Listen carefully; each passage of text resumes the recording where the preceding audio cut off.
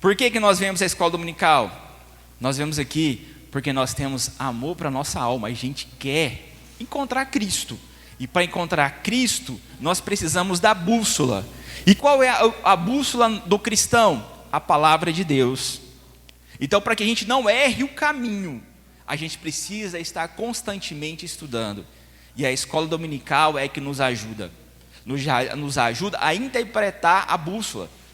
Que a gente pega uma bússola, a gente fica lá, está lá apontando norte, sul, a gente para que lado vou? É na escola dominical. É onde a gente vai aprender a direção para a gente encontrar Cristo. Porque o apóstolo Pedro, ele disse em sua carta, ele diz assim: eu escrevo-vos como peregrino e forasteiro. E eu gosto muito desse termo, como peregrino e forasteiro.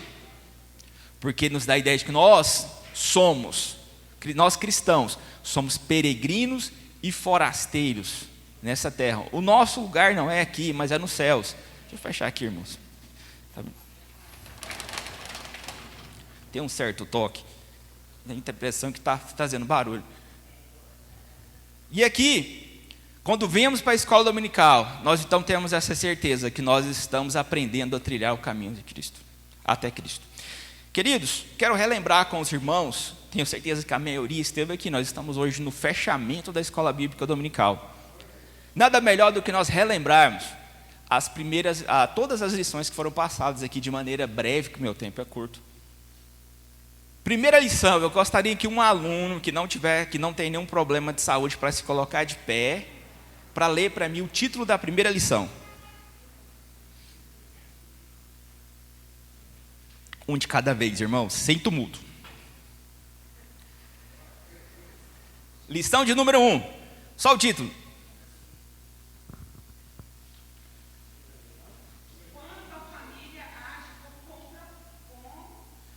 Por conta própria.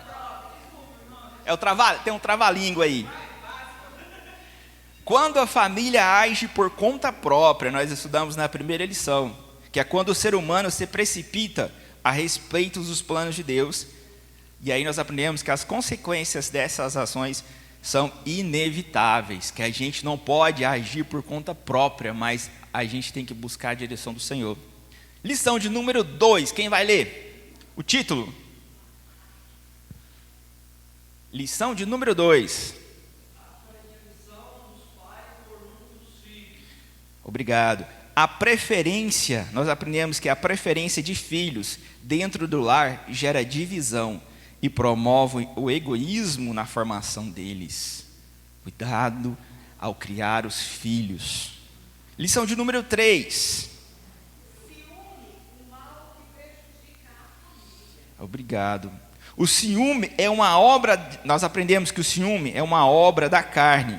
E se o fruto do Espírito é capaz de superar as consequências ruins dessa emoção. E só o fruto do Espírito é capaz de superar as consequências dessa emoção. Aprendemos sobre quanto o ciúme prejudica e divide uma família. E aí, na lição de número 4, nós aprendemos sobre ídolos na família. A adoração a ídolos implica priorizar tudo aquilo que se coloca no lugar de Deus. Os irmãos têm lembrado dessas lições até aqui? Trouxeram à memória as lições? Que bênção, então nós não fomos ouvintes esquecidos. Lição de número 5. O motim em família. Das murmurações, nós aprendemos que das murmurações derivam as contendas. Por isso, devemos evitá-las em nossa família. Lição de número 6. Pais zelosos e filhos rebeldes. Nós aprendemos que o modo de criar e educar tem impacto no comportamento dos nossos filhos no mundo, mas não anula a responsabilidade individual das escolhas deles. Lição de número 7. Oh, glória, esse daí foi glória de Deus. Nora e sogra, genro e sogro. Nós aprendemos que a fé cristã exalta o amor familiar e, mais especificamente, o respeito e a honra entre nora e sogra, bem como entre genro e sogro. Lição de número 8.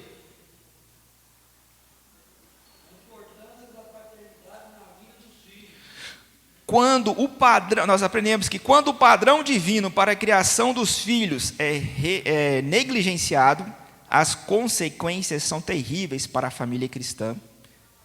A de número 9. Nós aprendemos que tudo que os membros da família plantarem, eles vão colher. Essa é uma lei universal de Deus. É uma lei universal de Deus. Tudo o que uma família plantar, ela vai colher. Esse tema aqui foi impactante. Lição de número 10. Esse então, irmãos, mas nós aprendemos que não devemos ser indiferentes à morte inesperada, mas também não podemos nos esperar como quem não tem esperança. A lição de número 11.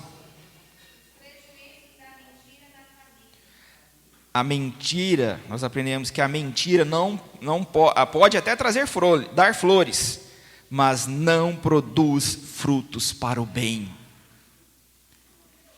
E a lição de número 12, recentinha, fresquinha na nossa memória. Criando filhos saudáveis. A vontade de Deus é que os pais eduquem seus filhos de acordo com os princípios divinos, a fim de que eles cresçam de maneira saudável e equilibrada. Glória a Deus. E agora chegamos na lição de número 13. Eu gostaria que todos nós lêssemos o título. A amizade de Jesus com uma família de Betânia. A amizade de Jesus com uma família de Betânia. Nós veremos nessa lição que Jesus mantinha amizade com uma família. E essa amizade era com uma família que estava próxima ali à capital, Jerusalém. Mas não era uma amizade da boca para fora. Era uma amizade que ele sentia amor.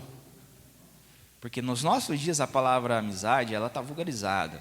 A gente chama de amigo, colega de trabalho, amigo, vizinho, amigo, qualquer pessoa.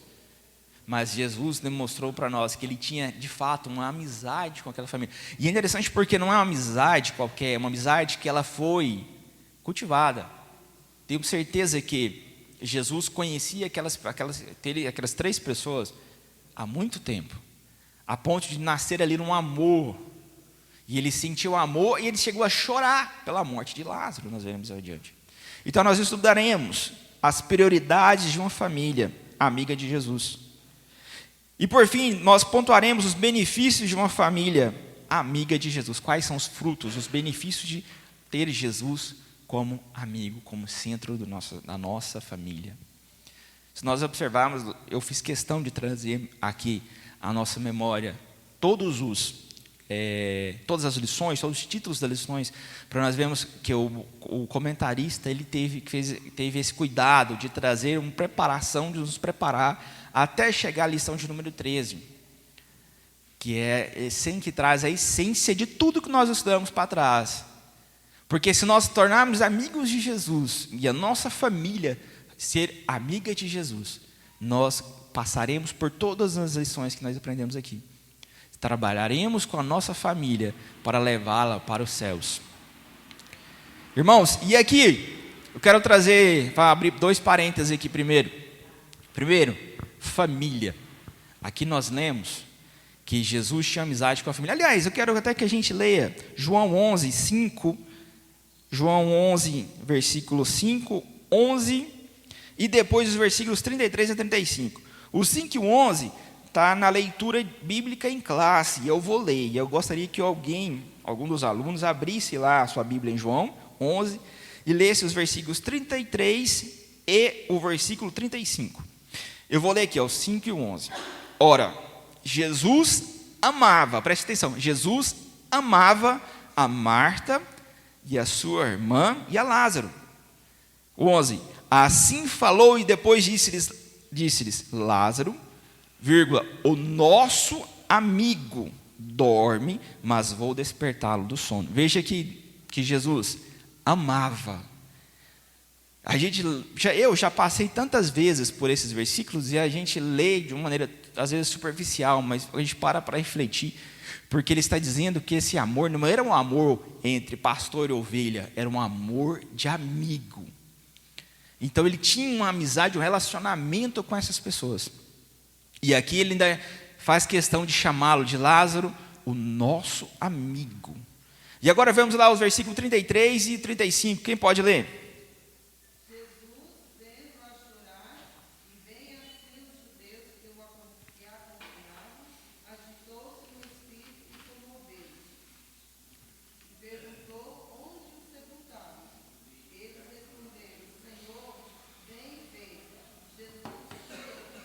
Jesus chorou. O menor versículo da Bíblia, sabiam? Jesus chorou. Jesus chegou a chorar, mesmo sabendo que Lázaro estava morto e seria ressuscitado para a glória de Deus. Nós sabemos essa história, inclusive sabemos que Jesus foi chamado quando ele ainda estava doente, mas quando Jesus chegou lá até a porta onde Lázaro estava do sepulcro, já se faziam 4 dias. Isso aqui é a escola bíblica dominical.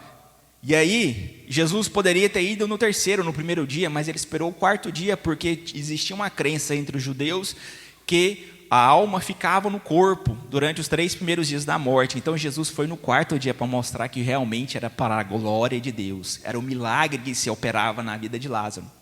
Só que mesmo Jesus vendo aquele milagre, sabendo, aliás, do milagre, porque ele era o dono do milagre, mas como na condição de homem, de humano, ele se compadeceu do amigo que havia morrido, ele se compadeceu ao ver suas amigas, suas amadas amigas, chorando pela ausência de Lázaro. Eles estavam desesperadas. Por quê? Porque era uma família de 3 irmãos. Então, o homem da casa morreu e elas estavam à deriva. Elas estavam desesperadas, porque não tinha mais um homem para falar por elas naquela sociedade que o homem dominava. Jesus sentiu aquela dor ali, exatamente porque ele tinha um amor a eles. Interessante isso, nós vamos explorar mais isso adiante. Mas aqui, falando dessa família, eu quero abrir um adendo aqui, um parêntese para falar de família, para nós finalizarmos. Nós já falamos tanto de família durante esse trimestre. Mas aqui algo que me chamou a atenção durante a lição é porque era uma família diferente. Era uma família formada por 3 irmãos. E aí a gente pode pensar, então quer dizer que no cristianismo, Deus permite que também tenhamos outras famílias diferentes, né? A gente pode pensar, porque era uma família diferente, 3 irmãos, não era pai e filho, era 3 irmãos, ou mãe com os filhos, ou pai com os filhos, não, eram 3 irmãos. Então a gente pode pensar, não, no cristianismo também permite outros tipos de família diferentes. A resposta é óbvia, como diz lá no direito, por corolário lógico, não pode. Aquela família lá, ela foi formada por pai e a mãe, que provavelmente a Bíblia não traz, eu não vou trazer aqui invenções, a Bíblia não traz o que é a situação dos pais, mas suponho que eles tinham morrido, que os pais não eram vivos, mas era uma família formada por o casamento. E aqui é uma observação que eu faço. Primeiro, a questão do homossexualismo. A igreja não tolera, não é permitido, não é aceito. A Bíblia não permite o casamento homoparental, que é o que a sociedade brasileira está tentando impor. Que a sociedade mundial já existe isso. Mas, à luz da Bíblia, não existe.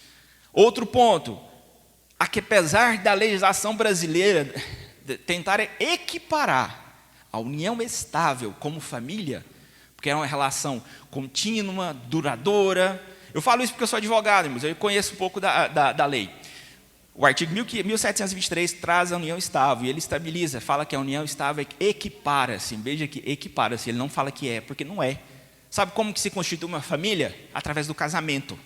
A igreja, ela inclusive só batiza, só se torna membro, só leva ao batismo quem é casado. Por quê? Porque o casamento é um compromisso selado perante a sociedade e selado perante Deus. E aqui eu deixo uma interrogação.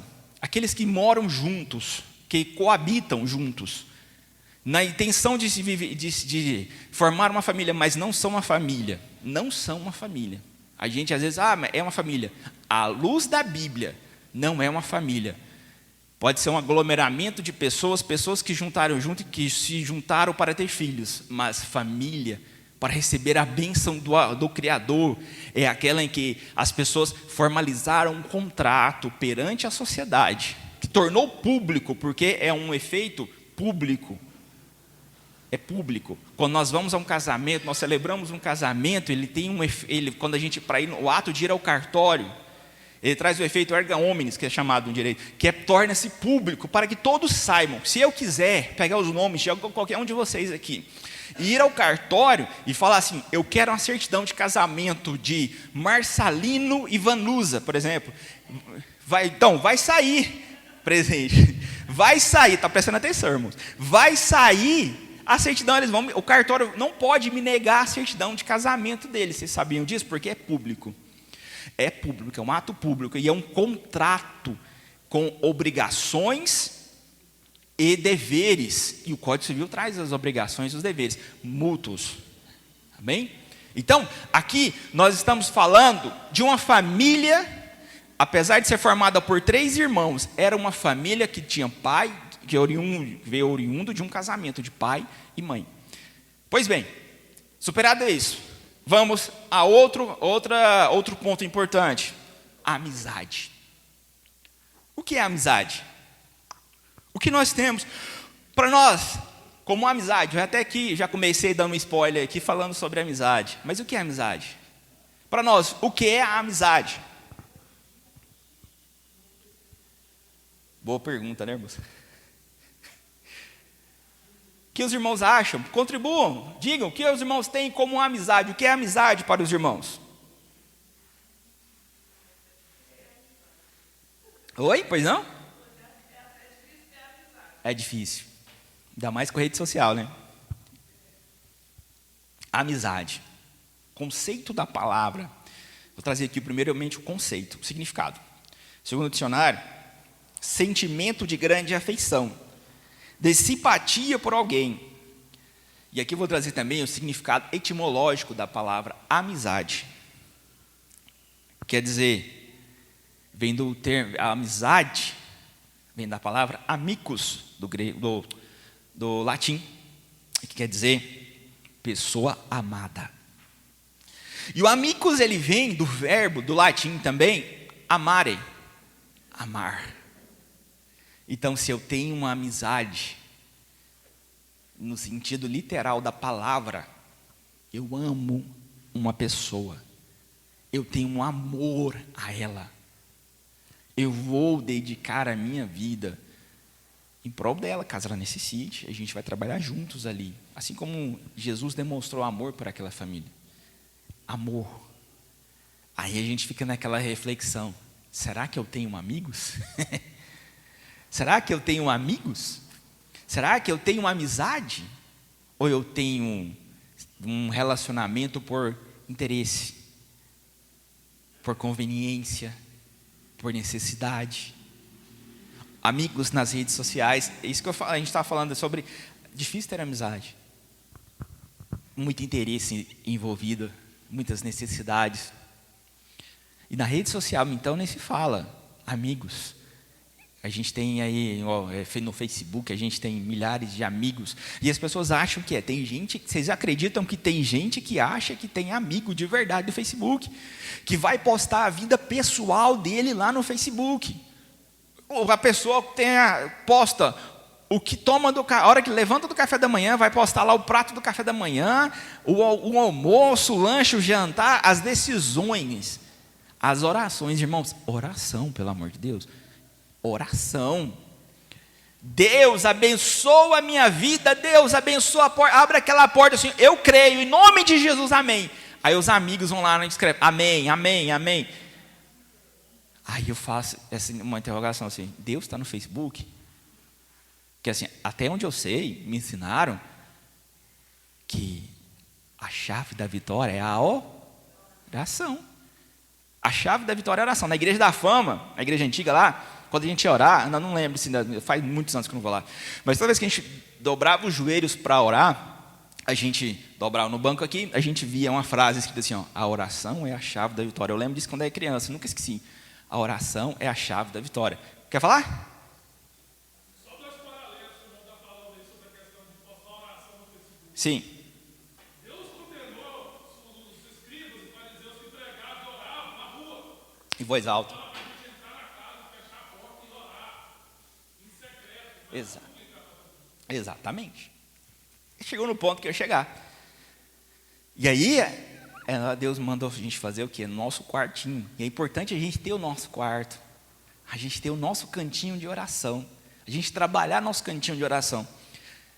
Porque se nós vemos, aqui dando sequência aqui na lição, Deus sempre quis ter relacionamento com o homem.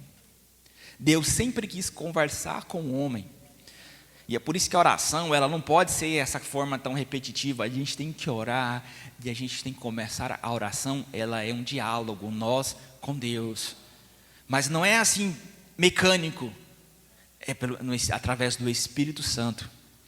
A gente tem que ter um momento diário de falar com Deus. Assim como ele tinha com o homem. Se nós olharmos, ele já nos deu a lição. Porque lá no Gênesis capítulo 2, a Bíblia diz que ele foi falar com o homem ao cair do dia. Na viração do dia ele descia para falar com o homem.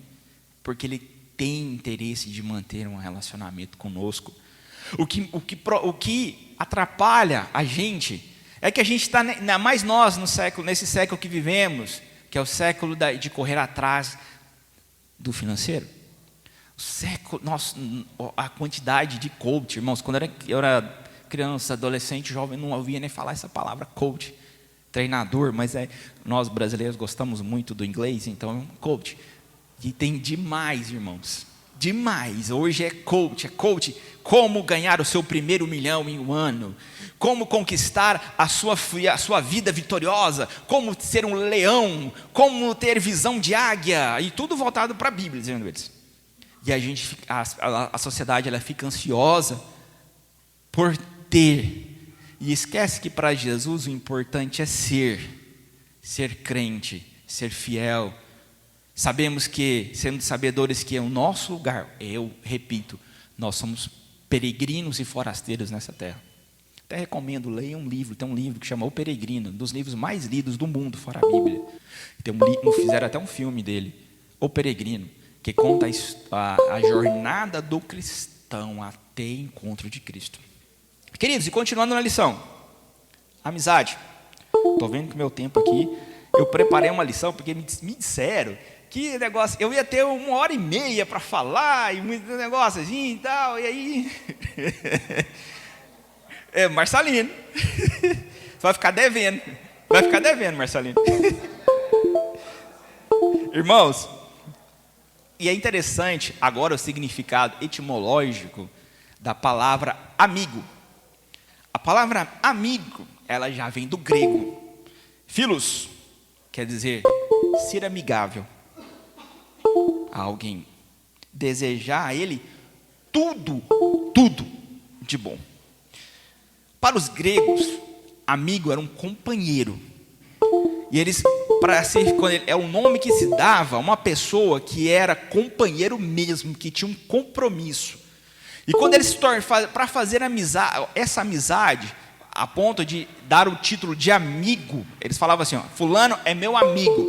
Significa que ele tinha um pacto com aquela pessoa, uma aliança.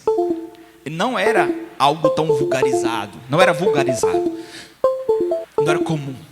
Então, se eu dissesse para o Marcelino é meu amigo, é porque eu tinha feito uma aliança com ele. Aí eu convidava o Marcelino para ir até a minha casa. Eu teria convidado o Marcelino, aliás, para ir até a minha casa. E juntos nós havíamos ceado, havíamos feito uma comida. Comeria pão, beberia vinho. E ali faria um selo de sangue. É bem diferente de hoje. Então, o significado da palavra amigo, ela perdeu o sentido ao longo do tempo. Como eu disse, a gente chama até colega de trabalho de amigo. Pessoa que a gente só encontra no trabalho, a gente começa a chamar de amigo e começa a confidenciar as nossas vida particular para aquela pessoa que um dia vai sair do emprego e a gente nunca mais vai ver. E a gente chama de amigo, acha que conta para todas as horas, não é bem assim. O significado da palavra amigo é muito mais abrangente. E é desse significado que Jesus tem que ser a nossa família. O amigo, aquele que a gente deseja tudo de bom para ele. Se eu desejo tudo de bom para o meu amigo, significa que eu vou agradá-lo. E como que eu vou agradá-lo? Como que eu vou agradar a Cristo? Não errando o alvo. Só isso. É simples. O que quer dizer não errar o alvo, irmãos? Não errar o alvo é o significado da palavra pecado. Pecado quer dizer não errar o alvo. Pecado quer dizer errar o alvo. Então, se eu não erro o alvo, eu não peco. Eu estou agradando o meu amigo. Eu quero que o meu amigo seja sempre bem tratado. Eu quero que o meu amigo seja sempre bem recebido. Não vou pecar. Vou estar sempre olhando para Ele, ao Cristo, autor e consumador da minha fé. Amém? Sigamos na nossa lição. Já passamos a introdução. E agora, nós vamos, de modo mais célere, entrar no primeiro tópico, a vida social de Jesus. Jesus, vou ler só os ponto 1, ponto 1, ponto 2, ponto 3. Jesus foi um ser social, uma casa hospedeira. Jesus foi recebido por essa família. Pois bem, família de Betânia. A família de Betânia era formada por 3 irmãos, nós já sabemos. Nós tínhamos lá Marta, Maria e Lázaro. Marta, o nome Marta significa senhora. Como a Bíblia se refere sempre à casa de Marta, presume-se que ela era a irmã mais velha. E ela tinha uma personalidade que é dedicada, ela era esforçada, ela era acolhedora.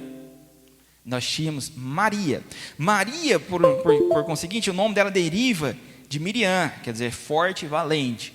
Só que Maria era a pessoa, tinha uma personalidade mais, digamos, maleável, mais doce, mais que dedicada à adoração ao Senhor Jesus. Lázaro, quer dizer, Deus eu anotei aqui, irmãos, minha letra estava, Deus é auxílio, consegui interpretar. Quase, foi por pouco. Eu ia falar Deus é, irmãos. Vocês completem. Deus é auxílio. Irmão, é porque a gente esquece de escrever em caneta, né? Eu deixei para fazer as anotações, em vez de ser no computador, eu falei, não, vou na caneta aqui, eu imprimi, porque a lição lá na sede, a gente não estuda essa revista. A gente estuda a Betel. Aí é diferente. Então, eu imprimi a lição e aí eu fui anotar, mas eu não lembrava mais como que escrevia de caneta. Gente, tem muito tempo que eu não uso caneta. Aí a letra ficou maravilhosa. Estilo médico. Irmãos, Jesus foi um ser social. Significa o quê? Nós estudamos na lição passada que Jesus teve uma criação normal. Ele teve uma criação completamente normal. E ele tinha uma vida social. Jesus tinha uma vida social. Ele tinha amigos, como nós vemos. E eu repito, não era a relação que ele tinha com esses 3 irmãos, Marta, Maria e Lázaro, não era uma relação só de pastor e ovelha, ou seja, de mestre e discípulo, mas ele tinha uma amizade. Ele construiu essa amizade aos seus 33 anos, aos seus 30 anos. Ele construiu essa amizade com essa família. Ele trabalhou de carpinteiro. Ele tinha como no meio corporativo nós usamos, ele tinha sua network. Ele estabeleceu a sua network ali. Ele tinha, tanto é que, nos relatos bíblicos, falam que Jesus, quando ia para Jerusalém, ele passava por Betânia. Betânia era um vilarejo que ficava a cerca de 3 quilômetros de Jerusalém. Então, toda vez que ele ia para Betânia, igual nós, quando a gente, por exemplo, parente do interior, que vem para Goiânia. Aí, o exemplo, na minha família, por exemplo, eu tenho uma tia que mora lá no Veracruz 1. Lá é o ponto de parada da família, irmãos, é o ponto do café, das sacolas, dos meninos, tudo lá. O povo vai para Goiânia, entendeu? E Jesus manteve também esse relacionamento com a família de Lázaro, que foi construída toda vez que ia para Jerusalém, vilarejo de Betânia primeiro. Antes de entrar em Jerusalém, vou passar para visitar os meus amigos. E ali ele era muito bem recebido. E aqui faço um primeiro questionamento. Jesus tinha vida social. Crente pode ter vida social?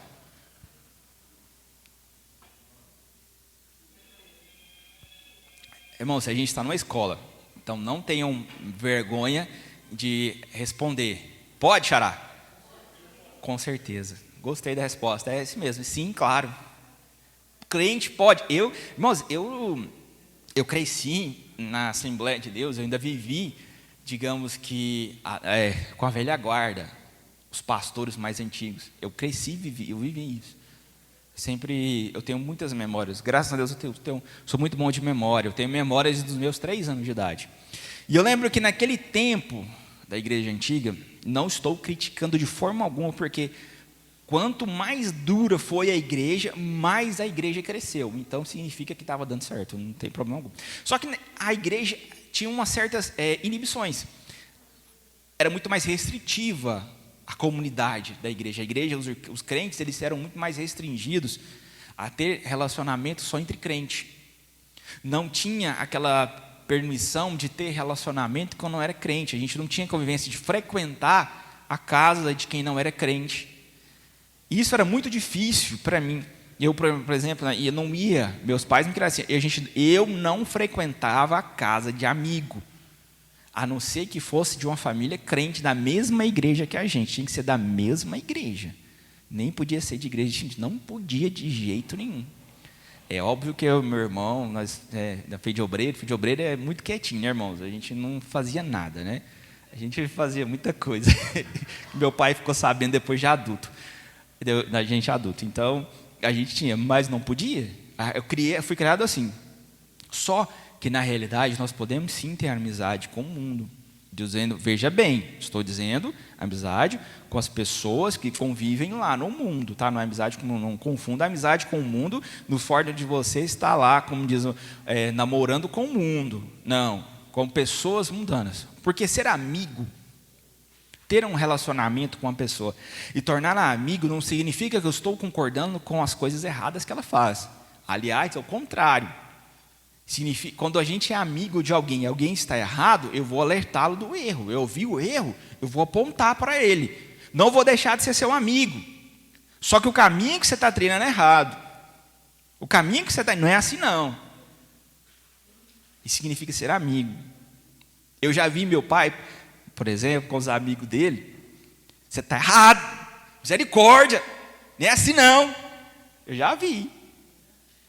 Mas isso é ser amigo. É ter zelo, é amar. São amizades que perduram. As amizades do meu pai, por exemplo, são referência para mim, porque são amizades que perduram ao longo dos anos. Já são 20, 30 anos de amizade. E as pessoas continuam sendo amigas do meu pai, tendo um relacionamento de amizade. E aí, meu pai nunca deixou de alertá-lo quanto à verdade, e eu ouvi da parte deles a verdade também. E eu sigo o mesmo caminho do meu pai. Eu tenho amigos, eu tenho um relacionamento, inclusive com pessoas que não são crentes. Eu tenho um amigo que não é, eu tenho um amigo, 2 amigos, aliás 3, que são homossexuais. São meus amigos, são homossexuais. Eu já convidei para ir para a igreja, inclusive. E eu já falei para eles, o que vocês fazem é errado. À luz da Bíblia está errado. Se um dia que vocês quiserem, a gente conversa. Eu te mostro na Bíblia o que vocês estão fazendo. Brinco com eles, chamo eles para vir para a igreja, falo para eles, vocês precisam de Deus. Só que eles me veem como amigo. A gente conversa, mas para chegar a esse ponto também, de eu poder falar a verdade para eles, como ela é, eu tive que conquistá-los. Foi um tempo de conversa, de relacionamento, ao ponto de eu poder expor para eles a verdade de Cristo. Você me lembra uma história de uma vez? Tinha uma senhora que ela tinha muitos ídolos na casa dela, católica até o tutano. Só tinha santo para todo canto. Ninguém pregava evangelho para aquela senhora. Ela não queria saber de crente. Certo dia, vocês lembram, existia uma profissão de vendedor de Bíblia. Tem um nome para essa profissão. Eu esqueci o nome. E foram os grandes pregadores do evangelho. Eles saíam para vender Bíblia. Faziam lá as farofas de carne seca, colocavam no lombo dos cavalos e saíam pelas estradas adentro, no estado de Goiás, por exemplo, para vender Bíblia. E aí chegou um vendedor de Bíblia na casa dela. Ele falou: estou vendendo Bíblia. Ela falou: essa Bíblia é a Bíblia minha? Ele conhece: como assim com a Bíblia? Você não é católica? Não, essa aqui é a Bíblia verdadeira. É a Bíblia do Evangelho de Jesus Cristo, 166 livros. Ela: eu não quero saber. Eu não quero saber de crente. Sai da minha casa. Sai agora. Aí ele olhou para o santo. Irmãos, o santo dela estava tudo sujo, né, os ídolos. Aí ele falou assim: os ídolos, a senhora é católica? Pois é, e esse tanto de ídolo aqui, a senhora tem, está tudo sujo. Eu não estou tendo tempo para limpar, minha visão não é boa, tem reumatismo, aquelas coisas todas. Ele falou: deixa eu ajudar a senhora. Eu ajudo a senhora a limpar. Não, mas não, eu ajudo a senhora a limpar, me dá o pano aí. Dá aqui, mulher, me dá o pano aqui. Começou a passar o pano nos ídolos dela. Limpou todos. Ao final, ela chamou ele para tomar café. Ele foi tomar café com ela. Ele pregou o evangelho de Jesus para ela. Ela se converteu a Jesus. Se libertou daqueles ídolos. Agora, se ele não tivesse mantido relacionamento com ela, se ele não tivesse ido até lá e se exposto, feito isso, que aos nossos olhos é totalmente impróprio, um crente limpando ídolos. Mas ele fez isso, com a sabedoria de Deus, para ganhá-la para Cristo. Então, o crente tem que ter relacionamento, sim, mas sabendo que nosso objetivo é ganhar almas para Jesus. Meu pai gosta muito de um termo, que ele fala assim, que a igreja de hoje ela é egoísta. Ela é egoísta e ela está gorda, porque ela está alimentando só para ela, a palavra só para ela, e ela não quer repassar essa palavra lá fora. A igreja não está mais com aquele intuito, sendo senhora, sabedora da vocação do que o Cristo nos deu, para levar o evangelho a toda criatura. Nós temos que chegar mais para isso. Nós temos que estar no meio deles. Não estou falando para isso aí também ir lá para a Trindade agora não, irmãos. Calma. Estou falando para ter relacionamento, para fazer amizade, para conquistar a confiança das pessoas que não têm Jesus. Porque eu estou falando de Trindade, irmãos, porque meu pai já foi pastor de uma igreja lá na beira na beira da rodovia lá.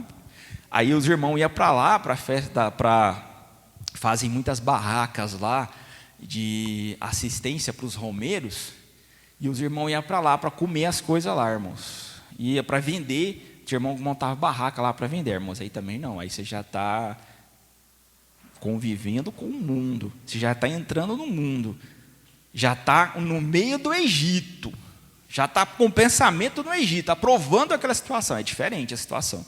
Eles iam para ganhar dinheiro, tá? Mas eu estou falando para você manter relacionamento social, uma vida social, sim, é permitido. Assim como Jesus teve.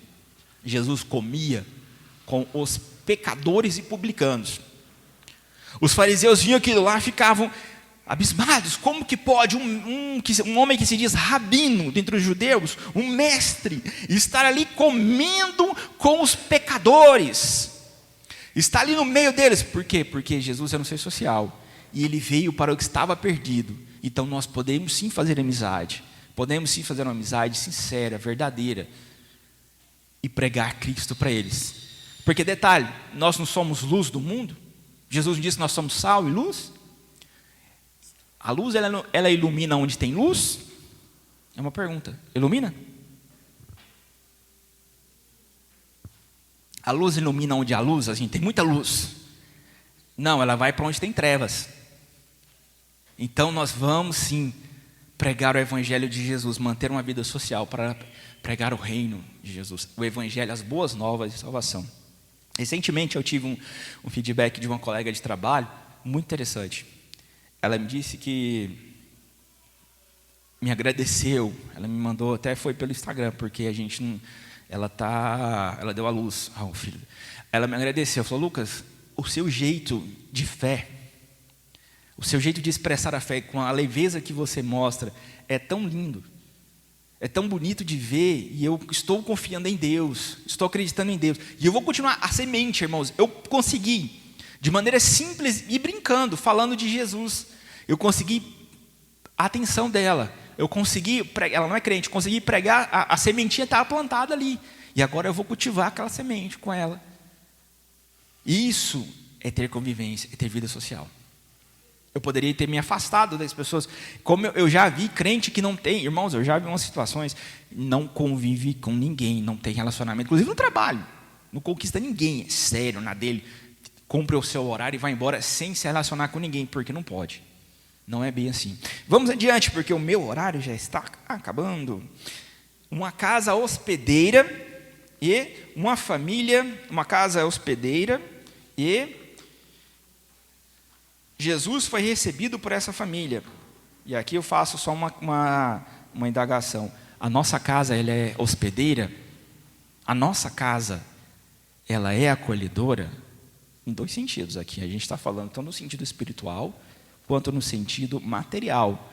Porque aqui nesse primeiro tópico a gente está falando da vida social de Jesus, mas também vamos trazer para a nossa vida aqui. Nós temos uma casa acolhedora como cristãos, nós recebemos bem as pessoas se sentem bem estar nessa casa, ou a gente é aquele que recebe, mas já está com a mão na porta, já esperando para ir embora.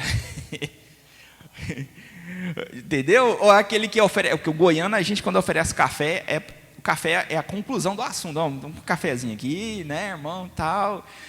E é só o café mesmo, um café é sozinho, né?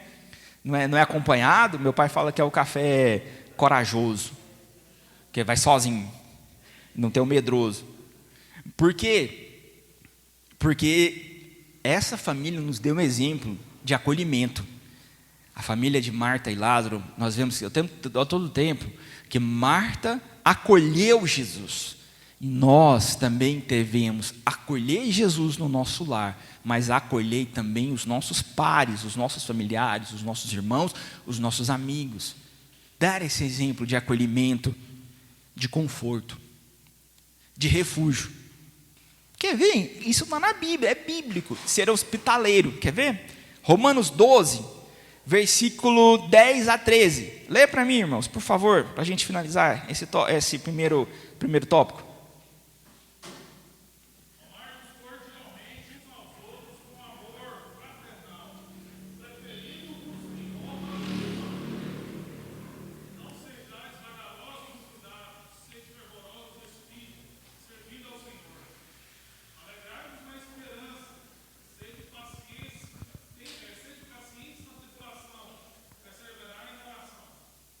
Você viu os conselhos?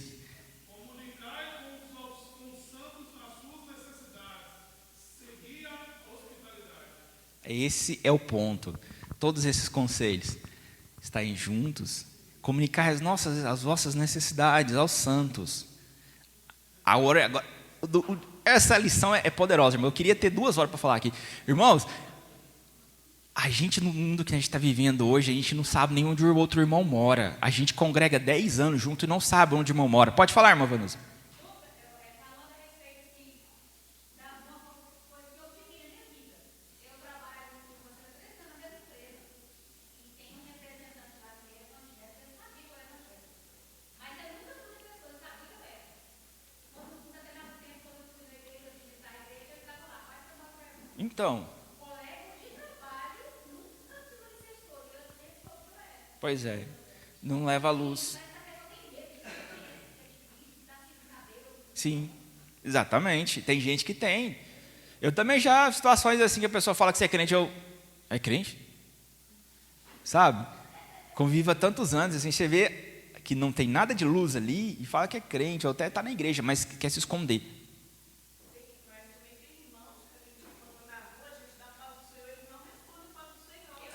Sim. Sim. Vergonha.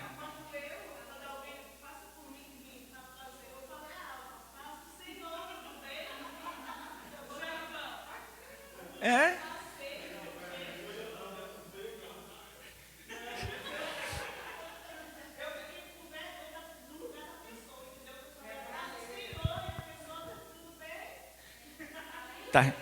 Tá, tá negando Jesus. Está negando Jesus com a sua conduta. Vergonha de dizer que é crente. Moço, se eu pudesse escrever na minha testa, eu escrevo. Sou servo de Jesus. Lá no meu trabalho, trago muita referência do meu trabalho e da faculdade também, durante o tempo que eu estudei. Eu era sempre chamado de pastor. Meu apelido é o pastor. No meu trabalho, os meus diretores brincam comigo, o pastor aqui. Esse aqui é advogado e pastor. A junção não dá certo. Comigo deu certo. Eu sou os dois. Porque eu sou crente, eu falo de Jesus. E eu também, umas coisas que é importante, por exemplo, festa junina. No meu trabalho, todo ano tem festa junina. Vestem lá, os caras. Eu nunca vesti. Por quê? Porque eu interpreto que festa junina é uma festa católica. E eu sou amigo de todos, mas também não vou me misturar com eles a esse ponto. Eu tenho uma amizade com todo mundo no trabalho, brinco, mas eu não vou, nunca fui. E um amigo, certo dia, eu ouvi um testemunho de um colega de trabalho, que ele falou para mim assim, falou para outros, chama de Lucão. O Lucão ali, nunca conseguimos corromper ele, nunca desceu para tomar uma cervejinha com a gente. Eu falei, eu sou amigo de cada um de vocês, eu gosto muito de estar junto de vocês, só que tem limite. Eu falei para eles, tem limite. Eu vou estar junto com vocês, se vocês quiserem tomar um refrigerante, vamos embora. Até que eu estou parando com esse negócio, irmãos, de dieta, né? Mas a gente toma uma água. Agora é água, né? Água com gás, a gente toma. Pode tomar. Irmãos, que o apóstolo, o escritor aos Romanos disse? Sejam hospitaleiros uns com os outros. Comunicai as suas necessidades uns aos outros. É uma ordenança para a gente. A igreja tem que se comunicar. Tem gente que sofre sozinho, está passando por um problema terrível, não tem coragem de chegar nem para o pastor, para falar para o pastor do problema dele, sofre calado e sozinho. Não, você está errado, tem que falar, tem que chegar na igreja, falar para o pastor, estou precisando de ajuda, e falar para os irmãos. A gente consegue identificar ao longo do tempo aqueles amigos, fazer amizade. Isso é tão bom, faz tão bem para a gente. Eu tenho amigos. O Marcelino com a família são nossos amigos. A gente tem uma convivência de muitos anos. Eu tenho amizade, por exemplo, outro amigo que me ajudou esses dias, é amigo, é aquele que eu falo a verdade para ele, ele também já falou as verdades para mim. A gente às vezes fica afastado por um certo tempo, mas sempre lembro do outro, mando às vezes um bom dia, como é que você está, tudo bem? Esses dias eu passei por uma necessidade, irmãos, meu horário já está encerrando. Marcelino, me dá mais 5 minutos, Marcelino. Okay. Eu não sou dado a esses negócios de obra, irmãos. Meu pai já fez muito serviço assim, em construção, ele sempre contratava o pedreiro, ou o meu pai é pastor dirigente de congregação, irmãos. E aí, da Vila Nova. Aí, as igrejas dele, quase toda que ele foi pastor, ele estava em obra. Ou ele começava a obra, mas tinha que ter uma obra. E aí, meu irmão, jovem, adolescente, alguns lugares que ele morou, não tinha muito trabalho para nós, então a gente ficava em casa, fazia serviços assim, esporádicos. Aí ele arrumava o pedreiro e sempre falava, pode deixar que o servente eu dou, que era eu e meu irmão. Então a gente ia para a escola e depois ia ser de servente na igreja. Só que eu nunca tive muito talento para esse negócio. Um dia eu fui arrumar uma tomada lá em casa, deu um curto-circuito, não queimou, mas apagou tudo, 10 horas da noite. Aí eu lembrei do meu amigo, que é eletricista, liguei para ele, falei, exatamente, me socorre.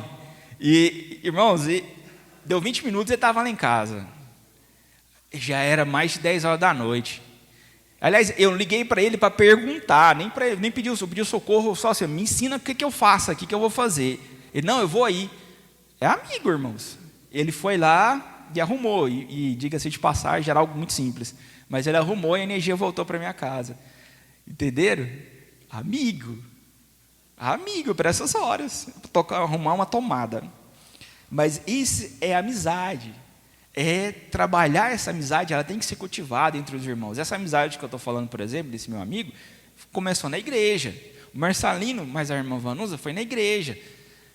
E assim vai, é na igreja. Eu tenho muitos amigos da igreja, a maioria dos meus amigos, na verdade, são da igreja. Mas tem também do mundo, tenho sim pessoas que eu posso contar, que eu posso confiar, que me convida para ir para a casa deles. Hoje, por exemplo, Tem um convite para ir, mas minha esposa, numa casa de um amigo, almoçar. Não é da igreja, não. Marcelina, a gente tem um saldo aí, Marcelina. Vai sair, Marcelina. Está orando? Próximo tópico. Frutos da amizade. Nós temos que acelerar. Presença real do Filho de Deus. Desenvolvimento espiritual. Serviço concreto. Eu estou lendo só os subtítulos para a gente acelerar. A família de Betânia, ela reconheceu que Jesus era Cristo, o Messias. E eles reconheceram a presença real de Jesus. Eles reconheceram a presença real de Jesus. Feliz é a família que tem a presença de Jesus em seu lar. Feliz é a família que... Lembra daquela história da família que escreveu: essa casa pertence ao Senhor Jesus. Aí o vizinho foi lá e escreveu, vírgula, mas está alugada para o diabo. Misericórdia, irmãos. Misericórdia. A família, nossa família, ela tem que ter Jesus no centro. Vou dar um exemplo aqui, engraçado, mas assim, do ovo. Quando a gente vai fritar o ovo ele tem a clara que fica nas bordas e tem a gema que fica no centro. Jesus tem que ser como a gema do ovo, no centro do nosso lar. Nossa família tem que estar 100% como Jesus, vivendo como Jesus, aprendendo como Jesus, caminhando como Jesus, assim como foi a família de Betânia. Eles reconheceram a presença real. Por quê? Porque eles tinham amizade com Jesus. Significa que eles conheceram Jesus antes mesmo dele se revelar como Messias, dele começar o ministério terreno. E eles poderiam dizer assim: não, Jesus, me desculpa, mas eu te conheço há 30 anos e eu não consigo ver Deus em você. Eu sei que você é crente, eu sei que você é fiel aí e tal, mas o Messias não. O Messias, como Messias não. Eles podiam ter dito isso, porque eles tinham um relacionamento íntimo com Jesus. Só que eles reconheceram a presença real. E aí nossa família também precisa reconhecer a presença real de Jesus. Dar bom dia para Jesus. Jesus, o Senhor está no meu lar. Jesus, o Senhor está vendo aqui na oração, tá? Jesus, o Senhor está vendo a minha filha aqui, está doente, mas eu preciso da cura dela, Jesus. Faz um milagre, Senhor. Senhor, vou fazer uma lista aqui do que está faltando. Bateu a dificuldade, vou fazer uma lista aqui do que está faltando. E eu peço ao Senhor, pela sua misericórdia, pelo seu amor, pela sua compaixão, que o Senhor me traga. Jesus vai trazer. Isso aconteceu na minha família. Minha mãe fez isso. Meu pai era pastor de uma igreja que não tinha renda e não arrumava emprego na cidade e no hospital aí. E aí ela fez uma lista, na oração, no ciclo de oração, ela fez uma lista de coisas que ela precisava em casa. Terminou a oração, o irmão estava batendo na porta lá. Pastor, eu estava lá no supermercado e fiz uma compra para o senhor. Tinha exatamente tudo que ela pediu na lista. Amizade com Jesus. A amizade com Jesus, ela traz frutos. Tais como ganha almas para Cristo. Eu dou outro exemplo da minha família. Pessoas se converteram. Um dia meus pais foram visitar uma igreja, chegaram lá e viram uma senhora sentada ao lado, uma moça. Meu pai olhou para ela e falou assim: eu te conheço. Ela falou assim: a gente era vizinho. E eu me converti e fui para a igreja pelo comportamento seu e da sua esposa. A gente morava, as casas eram um do lado do outro, era casa germinada. E ela nunca ouviu discussão na nossa casa. Nunca ouviu meus pais brigando, falando palavrões. E nunca viu a gente com os filhos com mau comportamento. Ela se converteu. Ela foi para a igreja, falou: isso me instigou a ir para a igreja. E se converteu. Meus pais não precisaram falar uma palavra de Jesus para ela nesse momento. A gente morou pouco tempo de aluguel lá, mas foi o tempo de plantar a semente do evangelho. A família que tem a presença real de Jesus, ela também faz como Maria. Maria, ela adorava ao Senhor. Maria, ela reconheceu a presença de Jesus como um ser real. E ela era a irmã da devoção. 3 momentos na Bíblia mostram ela se colocando aos pés de Jesus, quando Jesus ensinava. Estar aos pés significa proximidade daquele que está ensinando. Ela queria absorção de tudo que ele falava, e ela foi se colocar aos pés, assim como o apóstolo Paulo ensinou lá, diz que ele foi educado aos pés de Gamaliel. Significa que ele tinha um local privilegiado para que ele pudesse receber o ensino. Ela depois, quando ela encontra com Jesus na morte de Lázaro, ela novamente se coloca aos pés de Jesus, como a adoração. E outro momento, ela vai, não se coloca só aos pés, como ela foi e colocou o nardo, que era um perfume caríssimo à época, sobre os pés de Jesus, e secou com seus cabelos, demonstrando a adoração. A família tem que adorar Jesus, a família ela tem que fazer o culto doméstico, a família ela tem que colocar Jesus no centro de adoração total. Me preocupa muito quando uma família não preocupa com seus filhos. Eu já vi muitos casais que são crentes, fiéis ao Senhor, mas os filhos não são ensinados a servir ao Senhor. Isso é preocupante. Nossos filhos são do Senhor. A nossa casa, ela é do Senhor. Eu fico preocupado porque eu já cresci assim, com amigos, que meu pai e minha mãe me levavam para a igreja até tarde da bênção. Minha mãe levava a gente, irmãos, quando era criança.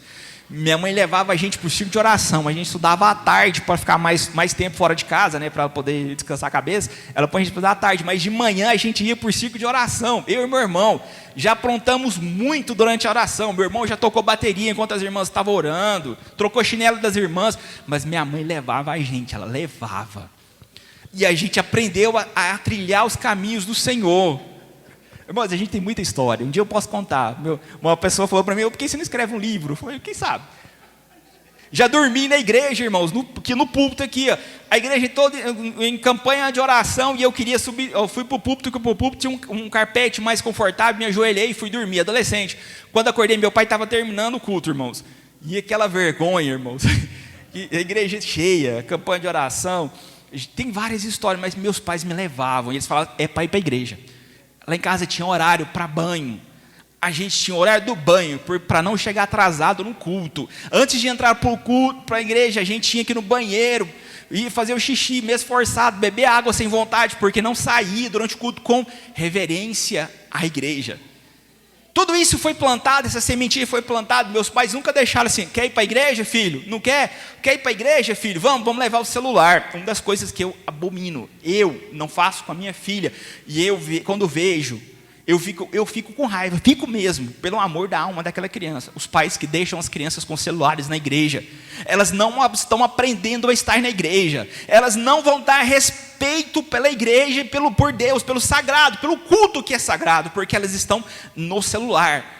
Elas vão crescer sem saber estar na igreja, e o futuro resultado disso, e o resultado é que nós teremos adultos que não servem a Deus. Eles foram instruídos, aqui é a igreja, mas nós temos a responsabilidade de levar as nossas crianças. Isso, a Bíblia diz que nós devemos instruir a criança no caminho, levando no caminho é pegar de mão dada e levar. E eu dou exemplo da minha vida, só um minuto, irmãos, dou um exemplo da minha vida aqui, porque eu sou evangelista, meu irmão é pastor, meu irmão mais novo que eu é pastor. Ele é vice-pastor de uma igreja. E eu sou evangelista. Nunca desviamos. Casamos. Namoramos e casamos. Somos casados com a mesma esposa. Por isso, não estou contando para me vangloriar, mas para dizer que o resultado, assim, meus pais nunca serão cobrados por Deus pelo trabalho, pela criação que deram a nós. Ao contrário, nós aprendemos. Por quê? Porque nunca foi uma escolha vir à igreja. Meus pais nunca vinham para a igreja e deixavam a gente em casa vendo TV. Aliás, meu pai, quando viu que a televisão estava atrapalhando, ele tirou a televisão de casa. A gente tinha tarefa de ler a Bíblia. Toda vez que aprontava, e era todo dia, a gente sempre, cansei de ler o Novo Testamento para o meu pai fazer pergunta. Cansei de ir embora mais cedo do culto para não tomar aquela surra, porque aprontei durante o culto. Irmãos, é bem isso, irmãos. Os diáconos da igreja conheciam a gente muito bem. Então, mas a gente estava na igreja. Eu sei tudo que tem na igreja. Já passei por todas as faixas etárias de idade na igreja. e colhemos os frutos. Meu pai continua sendo pastor e dirigente de congregação, continua dependendo da obra, dedicado à obra do Senhor. E os 2 filhos dele são formados. Os 2 filhos dele, eu sou advogado, eu sou advogado há 10 anos, eu trabalho como advogado, formei e trabalho na minha área como advogado. O meu irmão trabalha na área de TI, hoje ele é o superintendente de tecnologia e inovação da prefeitura de Goiânia. Filho de pastor que não tinha renda. Como que isso aconteceu? Que a gente conseguiu estudar, a gente conseguiu formar? Pelo plantio na nossa família de estar sempre com Jesus no centro, sendo fiel ao Senhor. Eu dou isso como testemunho da minha família. Mas a Bíblia nunca se apartou do meu lar. Assim como a vara também nunca se apartou, irmãos. A vara de Amora, que doía pra caramba, nunca se afastou. Meu pai nunca deixou de nos educar, de nos ensinar o caminho e de dar exemplo. Porque o cristão, ele é luz. E não é luz só do lado de fora, ele é luz dentro do lar. Na conduta com os filhos, na criação, no trato com a esposa e o esposo. Vocês, pai e mãe, são exemplo dos seus filhos. Os seus filhos serão o espelho de vocês. Pensem nisso. Queridos, gostaria de falar mais. A irmã Vanusa pediu para falar. Pode falar, irmã Vanusa.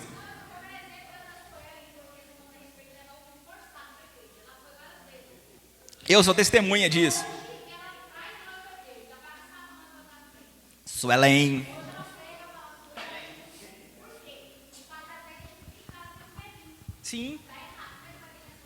Sim, parabenizo aos pais que trouxeram suas crianças para a escola bíblica dominical. Continue, mas eles não estão entendendo. Continua trazendo. Traga para a noite. E quando eu chegar aqui, fala para eles: vocês estão na igreja. Agora é momento de louvar a Deus. Vai chorar, vai espernear. Mas com o tempo ele vai aprender. É uma missão difícil. Irmãos, criar um ser humano não é fácil. Eu tenho uma lá de 4 anos. Eu já estou vivendo, tem 4 anos que eu estou buscando de Deus para criá-la. Eu sei como é. Mas nós temos que criá-la. Eu tenho que criá-los, sabendo que um dia eles vão crescer, eles vão se tornar adultos. E eles precisam trilhar o mesmo caminho que a gente. Eu ia falar, eu tenho amigos que meus pais são filhos de obreiro. E os pais não criaram da mesma forma que nós. Nós éramos da mesma igreja, mas a gente só se via no culto de noite, no domingo à noite, às vezes no culto durante a semana. Os pais não ensinavam o caminho. O resultado de tudo isso é que eles não são crentes hoje. Nós crescemos juntos, da mesma idade. São 2 irmãos, não são crentes. Bebe, fumei, eu fiquei assim, bebendo, fumando, eu fiquei surpreso. Criado na mesma igreja. Por quê? Criação diferente.